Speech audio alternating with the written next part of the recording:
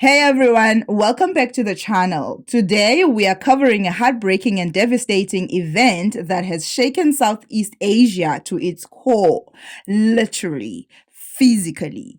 A massive earthquake has ripped through Myanmar and northern Thailand, leaving behind a trail of destruction, heartbreak, and loss.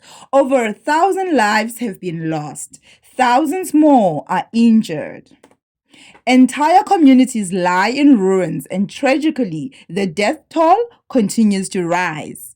On the night of Friday, March 28th, just before 9 p.m. local time, a powerful 7.7 magnitude earthquake struck Myanmar's Shan state near the border of Thailand. The earthquake's epicenter was in eastern Myanmar, close to the city of Mandalay, Myanmar's second largest city. The tremors were so powerful they were felt hundreds of kilometers away, reaching as far as Bangkok, Chiang Mai, Laos, and even parts of southern China. According to the U.S. Geological Survey, the earthquake originated at a shallow depth of just 10 kilometers, 6.2 miles, a factor that significantly implies surface level destruction. Several strong aftershocks followed, including one that measured 6.4 in magnitude. The devastation was immediate and overwhelming. Buildings crumbled within minutes. Roads cracked open, power lines collapsed. Hospitals, already stretched thin, were suddenly overwhelmed with a flood of injured victims. Entire villages near the epicenter were wiped out. In Myanmar's hilly regions, landslide buried homes and roads, cutting off access to emergency responders. In Thailand's Chiang Rai province, several buildings were reported to have suffered significant structural damage. Shocking videos flooded social media, showing people screaming and running as buildings shook and collapsed.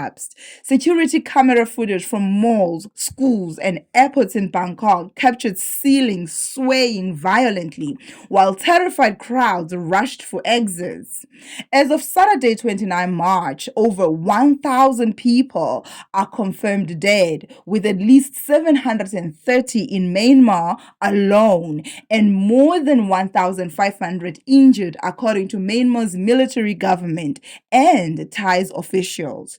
In Thailand, at least 37 deaths have been confirmed, with hundreds more injured. Many of the missing are workers from 3 construction sites that collapsed during the quake. Damage is still being assessed in Chiang Mai and surrounding areas. Myanmar is already a nation in turmoil due to its ongoing civil war. The Shadow National Unity Government, which opposes the military junta, has announced a 2-week unilateral ceasefire in earthquake-affected areas starting Sunday. The junta, which rarely makes public appeals for international help, has called for assistance.